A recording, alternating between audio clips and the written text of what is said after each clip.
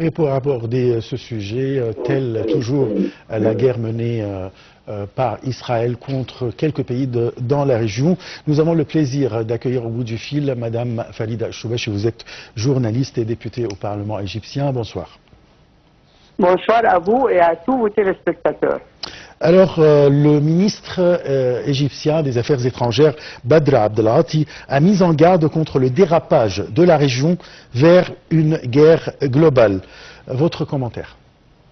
Moi, je suis sûr qu'il voit très bien et il est très honnête de prévenir toutes les parties parce que personne ne sortira intact de cette affaire.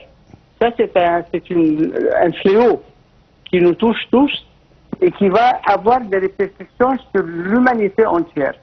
Alors c'est ça, notre ministre des Affaires étrangères est très franc, il est très lucide, il est très honnête, il est très aussi neutre, c'est-à-dire il dit la vérité telle qu'elle est et il prévient tout le monde, parce que nous pouvons dire, bon, qu'ils fassent ce qu'ils veulent et on s'en fout. Non, l'Égypte n'a jamais été comme ça, n'a jamais été un pays comment dire indifférente.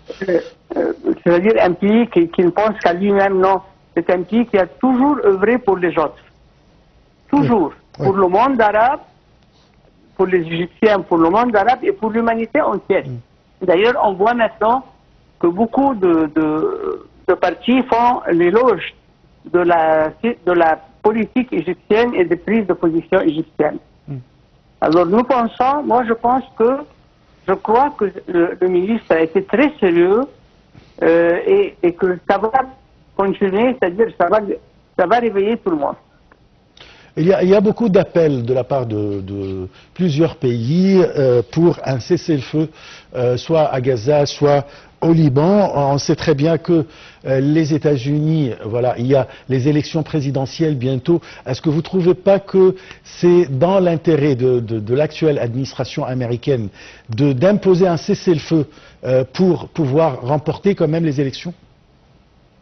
Mais la direction américaine est vraiment incroyable. Je ne pouvais jamais imaginer qu'un pays ose dire maintenant qu'il met c'est-à-dire ce qu'il possède pour défendre, pour aider Israël à se défendre. Est-ce qu'Israël maintenant